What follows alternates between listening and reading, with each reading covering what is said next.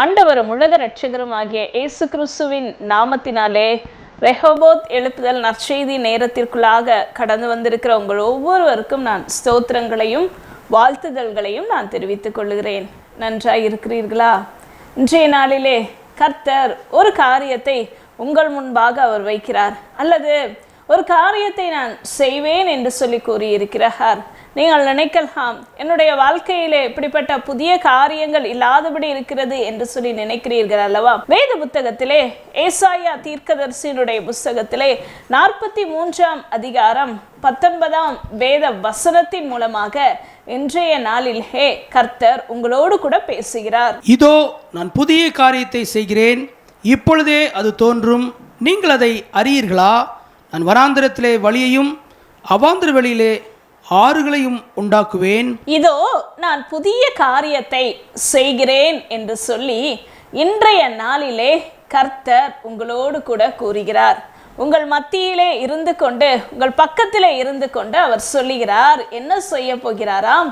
புதிய காரியத்தை செய்கிறேன் என்று சொல்லி. ஆம், எனக்கு அன்பான தேவஜனமே, நீங்கள் இருக்கிற சூழ்நிலைகள் எல்லாம் பழையவைகளா இருக்கலாம், அல்லது இதிலே நான் இருந்து கொண்டிருக்கிறேன், என்றைக்கு எனக்கு ஒரு புதிய வாழ்வு பிறக்காதா, புதிய காரியம் கிடைக்காதா, அல்லது புதிய வேலை எனக்கு கிடைக்காதா என்று சொல்லி என் சரீரத்தில் இருக்கிற இந்த பலவீனம் இன்னும் பலவீனப்பட்டே போய்கொண்டிருக்கிறேனே, எனக்கு சரீரத்தில் ஒரு புது தெம்பு கிடைக்காதா, புது பலன் கிடைக்காதா என்று சொல்லி, அல்லது ஒரு புதிய சமாதானம் என்னுடைய குடும்பத்திலே இருக்காதா என்று சொல்லி நீங்கள் இப்பொழுதும் காணப்படலாம். எனக்கு அன்பான தேவஜனமே, உங்களை பார்த்துதான் வேதம் இன்றைக்கு கூறப்பட்டு இருக்கிறது, புதிய காரியத்தை செய்கிறேன் என்று சொல்லி. எப்பொழுது இந்த புதிய காரியம் நடைபெறும் என்று சொல்லி நீங்கள் நினைக்கிறீர்கள் அல்லவா? அதே வேத வசனத்திலே கூறப்பட்டு இருக்கிறது, இப்பொழுதே அது தோன்றும் என்று சொல்லி. எவ்வளோ ஒரு சந்தோஷம் அல்லவா, எவ்வளோ ஒரு மகிழ்ச்சி அல்லவா, எவ்வளோ ஒரு ஆனந்தம் இருக்கிறது அல்லவா. எனக்கு இப்பொழுதே ஒரு புதிய காரியம் நடைபெறாதா என்று சொல்லி எதிர்நோக்கி காத்து கொண்டிருக்கிறீர்கள் அல்லவா? உங்களுடைய நம்பிக்கையை, உங்களுடைய விசுவாசத்தை என் வேதம் அல்லது என் தேவனாகிய இயேசு கிறிஸ்து அவர் செய்ய வல்லமை உள்ளவராய் இருக்கிறார். ஆம், எனக்கு அன்பான தேவஜனமே, இன்றைக்கு உங்களுடைய வாழ்க்கையிலே, இன்றைக்கு உங்களுடைய குடும்பத்திலே, இன்றைக்கு உங்களுடைய வேலை ஸ்தலத்திலே, இன்றைக்கு உங்களுடைய சம்பாத்தியத்திலே, வருமானத்திலே புதிய காரியத்தை என் இயேசு கிறிஸ்து செய்ய வல்லமை உள்ளவர். அது இப்பொழுதே தோன்றும் என்று சொல்லி ஆணித்தரமாக கூறுகிறார். எனக்கு அன்பான தேவஜனமே, மனிதர்கள் கூட இந்த காரியத்தை செய்யலாம், இப்படி செய்யலாம், அப்படி செய்யலாம் என்று சொல்லி கூட உங்களுக்கு சொல்லி கொண்டிருப்பார்கள் அல்லவா? ஆனால் சொன்ன வார்த்தையை அவர்கள் நிறைவேற்ற முடியாதபடி அவர்கள் பார்க்கும்போது தடைகளோடு இருக்கலாம், அல்லது சொன்ன வார்த்தையை நிறைவேற்ற முடியாதபடி அவர்கள் கடந்து போயிருக்கலாம், அல்லது உங்களை நம்பிக்கை ஊட்டும்படியான காரியங்களை சொல்லி இப்பொழுது அவர்கள் உங்களை விட்டு பிரிந்து போயிருக்கலாம். ஆனால் எனக்கு அன்பான தேவஜனமே, இன்றைய நாளிலே என் இயேசு கிறிஸ்து உங்களை பார்த்து கூறுகிறார், இன்றைக்கு நான் புதிய காரியத்தை செய்கிறேன் என்று சொல்லி இப்பொழுதே அது தோன்றும். அப்படி என்றால் நீங்கள் செய்ய வேண்டிய காரியம் என்னவென்று இன்றைய நாளிலே சுருக்கமாக தியானித்து அதற்கு நீங்கள் உங்களை ஒப்புக்கொடுக்கும் போது கர்த்தர் கண்டிப்பாக இன்றைக்கே புதிய காரியத்தை வெளிப்படுத்துவார். வேத புத்தகத்திலே, யோவான் சுவிசேஷ புஸ்தகத்திலே நாம் அறிந்து கொண்டோம் என்றால் 2ஆம் அதிகாரம் இருக்கிறது. அந்த 2ஆம் அதிகாரத்திலே 9, 10ஆம் வேத வசனத்தை நாம் பார்க்கலாமா? அந்த திராட்சரசம் எங்கே இருந்து வந்ததென்று தண்ணீரை மொண்ட வேலைக்காரருக்கு தெரிந்ததே அன்றி பந்தி விசாரிப்புக்காரனுக்கு தெரியாததினால் அவன் திராட்சரசமாய் மாறின தண்ணீரை ருசி பார்த்தபோது மணவாளனை அழைத்து, எந்த மனுஷனும் முன்பு நல்ல திராட்சரசத்தை கொடுத்து ஜனங்கள் திருப்தி அடைந்த பின்பு ருசி குறைந்ததை கொடுப்பான், நீரோ நல்ல ரசத்தை இதுவரைக்கும் வைத்திருந்தீரே என்றான். எனக்கன்பான தேவஜனமே, கானா என்ற ஊரிலே ஒரு திருமணம் நடைபெற்றது. அந்த திருமணத்திற்கு இயேசுவும் அழைக்கப்பட்டிருந்தார். அந்த திருமணத்திற்கு இயேசுவின் தாயாரும் இயேசுவோடு கூட சீஷர்களும் மற்றும் பார்க்கும்போது அந்த திருமணத்திற்கு சம்பந்தப்பட்ட அந்த சுற்றுவட்டார பகுதிகளில் இருக்கிற அநேக ஜனங்களும் கலந்து கொண்டார்கள். அன்றைய நாட்களிலே திருமணங்களிலே பார்க்கும்போது அவர்களுடைய கலாச்சாரத்தின் படியாக திராட்சை ரசத்தை பரிமாறுவார்கள். இப்படியாக தான் இந்த திருமணத்திலும் திராட்சை ரசம் பரிமாறப்பட்டது. திடீரென்று ஜனக்கூட்டத்தின் நிமித்தமாக திராட்சை ரசம் சற்று குறைவுபட ஆரம்பித்தது. கண்பான தேவச்சனமே, திராட்சை ரசம் குறைவுபட்ட பிறகு என்ன செய்வது என்று சொல்லி அந்த திருமணத்தை செய்கிற அந்த மணவாளனுடைய குடும்பத்தாருக்கு சற்று பதட்டம். அதன் பிறகு இயேசுவை நாடினார்கள். இப்பொழுது நாம் வாசித்தோம் அல்லவா, அந்த வேத வசனத்திலே கூறப்பட்டிருக்கிறது, திராட்சை ரசமாய் மாறின தண்ணீரை ருசி பார்த்த போது என்று சொல்லி. இப்பொழுது அங்கு பந்தி இருக்கிற அனைத்து ஜனங்களுக்கும் ருசியுள்ள திராட்சை ரசம் கிடைத்து விட்டது. எப்படி கிடைத்திருக்கும்? பொதுவாகவே திருமண வீடுகளிலே பார்க்கும்போது பந்தியிலே அமர்ந்திருக்கிறவர்கள் முதல் பந்தியிலே நல்ல ருசியுள்ள சாப்பாடுகளை சாப்பிட முடியும். அதன் பிறகு பார்க்கும்போது அநேக காரியங்கள் நாம் அனைவரும் அறிந்திருக்கிறோம் தான்.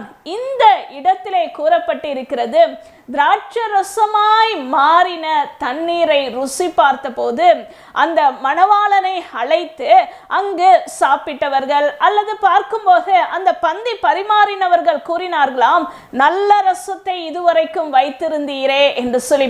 கடைசி பந்தி வரைக்கும் நல்ல ஒரு சுவையான ரசம் இருந்ததே என்று சொல்லி. குறைவுகளோடு இருந்த இந்த கல்யாண வீடு அதன் பிறகு பார்க்கும்போது நல்ல ரசம், அப்படி என்றால் ருசியுள்ள ரசம், அப்படி என்றால் மிகவும் சுவையுள்ள ரசம், நல்ல ஒரு தரமுள்ள ரசத்தை, திராட்சை ரசத்தை அந்த கல்யாண வீட்டிலே கடைசி பந்தி வரைக்கும் இருந்ததாம். இதுதான் புதிய காரியம். எனக்கு அன்பான தேவ ஜனமே, நீங்களும் குறைவுகளோடு இருக்கிறேன் என்று சொல்லி இருக்கிறீர்களா? என்னுடைய இடமும் இப்பொழுது என்னுடைய நிலையும் பார்க்கும்போது எல்லா விதமான குறைவுகளோடு ஒரு புதிய காரியம் நடைபெறாது என்று சொல்லிதானே காணப்படுகிறீர்கள். எனக்கு அன்பான தேவ ஜனமே, இந்த இடத்திலும் குறைவுகள் இருந்தது. இயேசுவும் அங்குதான் இருக்கிறார். நானும் இயேசுவை தான் வணங்குகிறேன், இயேசுவை தான் சேவிக்கிறேன், இயேசுவை தான் நம்புகிறேன் என்று சொல்லி நீங்கள் நினைக்கிறீர்கள் அல்லது அப்படிப்பட்ட ஒரு சிந்தையோடு கூட இருக்கலாம். ஆனால் என்னுடைய வாழ்க்கையிலே இருக்கிற குறைவு நிறைவாக மாட்டிருக்கிறதே என்று சொல்லி பழைய காரியங்கள் தான் நடைபெற்று கொண்டு இருக்கிறது. ஏதாவது ஒரு புதிய காரியம் என்னுடைய வாழ்க்கையில நடைபெறாதா என்று சொல்லி நினைக்கிறீர்கள் அல்லவா? இந்த கானா ஊரிலே நடைபெற்ற கல்யாண வீடும் அப்படி இருந்தது.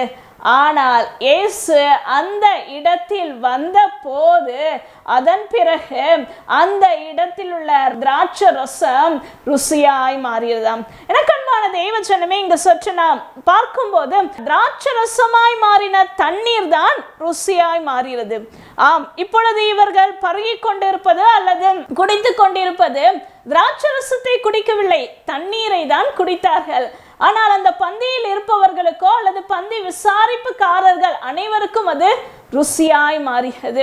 என்னிடத்திலே ஒன்றுமே இல்லை என்று சொல்லி நினைக்கிறீர்களா? நான் ஒன்றுமற்றவனாய் இருக்கிறேன் என்று சொல்லி நினைக்கிறீர்களா?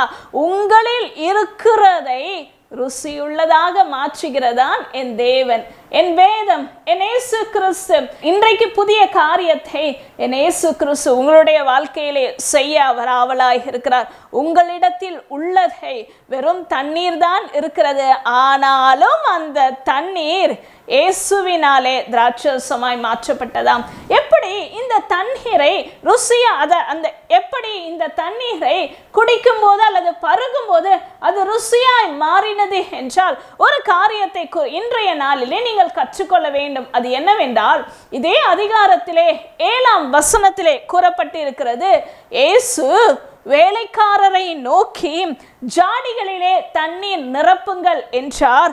அவர்கள் அவைகளை நிறைய நிரப்பினார்கள் என்று சொல்லி கூறப்பட்டிருக்கிறது. இந்த நிரப்பப்பட்ட ஜாடிகளில் உள்ள தண்ணீரை எடுத்து கொண்டு போய்தான் என்ன செய்தார்கள், பந்தியில் இருப்பவர்கள் குடிக்கும்படியாக பரிமாறினார்கள். அந்த தண்ணீரை குடித்த பிறகுதான் அது ருசியுள்ள தண்ணீராய் தெரிந்தது. எனக்கு அன்பானவர்களே, இங்கு இயேசு கூறிய காரியம் என்ன? ஜாடிகளிலே தண்ணீர் நிரப்புங்கள் என்று சொல்லி கூறினார். அவர்கள் அவைகளை நிறைய நிரப்பினார்களாம். இயேசுவினுடைய ஆலோசனைக்கு, இயேசுவினுடைய வார்த்தைக்கு இயேசு என்ன சொன்னாரோ அந்த வேலைக்காரர்கள் அதை செய்தார்களாம். வேலைக்காரர்கள் கேள்வி கேட்டிருக்கலாம், இது எதற்காக இந்த தண்ணீரை நிரப்ப சொல்லுகிறீர்கள் என்று சொல்லி, இது எங்க கொண்டு செல்ல வேண்டும் என்று சொல்லி கேட்கலாம்.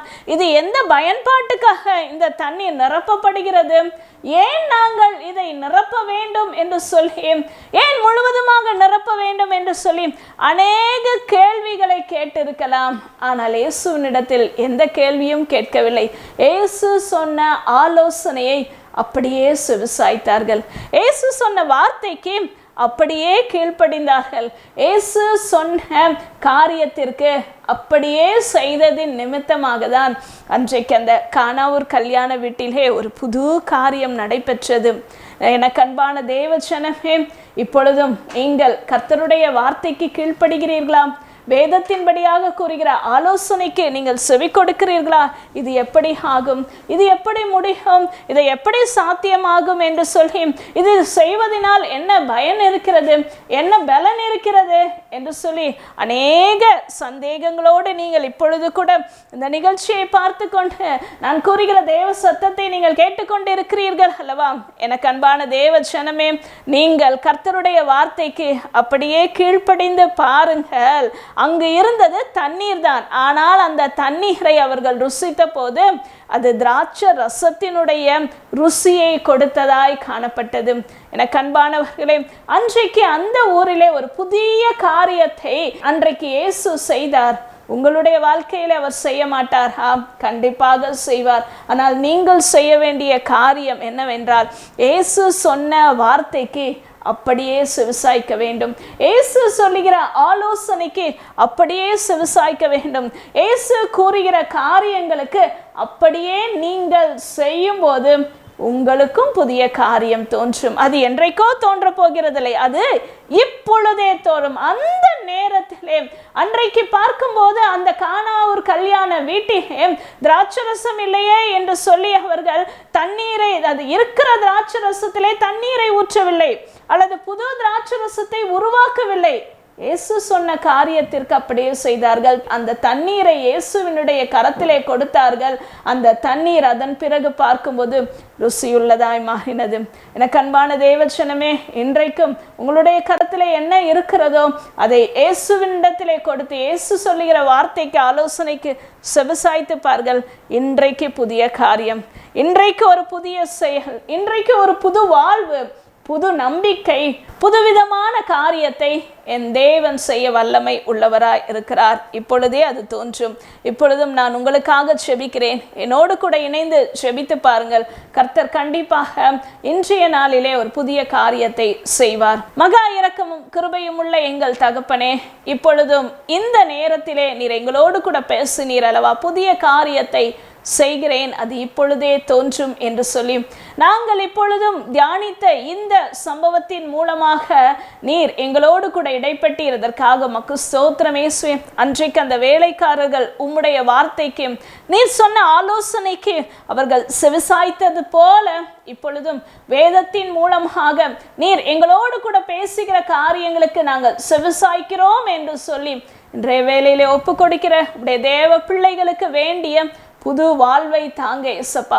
புது காரியத்தை வாய்க்க செய்து அவர்களுடைய வாழ்க்கை ருசியுள்ளதாக நீங்க மாற்றி அமைக்க போகிற தயவிற்காக உமக்கு ஸ்தோத்திரம். இப்பொழுதே அதை செய்கிறீரே உமக்கு ஸ்தோத்திரம். இப்பொழுதே அதை செய்து விட்டீர் என்று நாங்கள் விசுவாசிக்கிறோம் இயேசுவே. நீர் இதை இவர்களுடைய வாழ்க்கையிலே செய்து முடித்து விட்டதற்காக உமக்கு நன்றி தகப்பனே. மீட்பர் இயேசு கிறிஸ்துவின் நாமத்தில் ஜெபிக்கிறேன் நல்ல பிதாவே, ஆமேன். இன்றைக்கு புதிய காரியத்தை இயேசு உங்களுடைய வாழ்க்கையிலே செய்து விட்டார். அது இப்பொழுதே தோன்றிவிட்டது.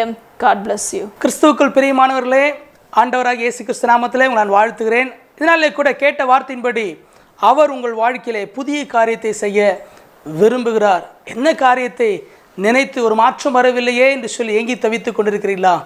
இதோ ஆண்டவர் உங்கள் வாழ்க்கையிலே புதிய காரியத்தை செய்ய அவர் வல்லமையுடையவராய் காணப்படுறார். இந்த நாளிலே கூட நீங்கள் கேட்ட வார்த்தையின்படியே கர்த்தர் உங்களை ஆசீர்வதிப்பாராக. இந்த நாளிலும் நாங்கள் எங்களுடைய ரெகோபோத் எழுப்புதல் ஊழியத்தின் மூலமாக ஒவ்வொரு நாளும் தினம் மதியம் 2 மணி முதல் 3:20 வரை ஜூம் ஆப்பின் மூலமாக தேசத்திற்காக நாங்கள் ஜெபித்து வருகிறோம். ஒருவேளை நீங்களும் இந்த ஜெபத்திலே பங்கு பெற வேண்டும் என்று விரும்பினால் கீழ்காணும் எண்ணுக்கு நீங்கள் தொடர்பு கொள்ளுங்கள். உங்களுக்கு நாங்கள் அந்த லிங்கை அனுப்பி வைப்போம். நீங்களும் எங்களோடு கூட இணைந்து தேசத்திற்காக ஜெபிங்கள். கர்த்தர் நிச்சயமாக உங்களை ஆசீர்வதிப்பாராக. இதோ உங்கள் வாழ்க்கையிலே கர்த்தர் இன்று முதல் ஒரு புதிய காரியத்தை செய்ய விரும்புகிறார். God bless you.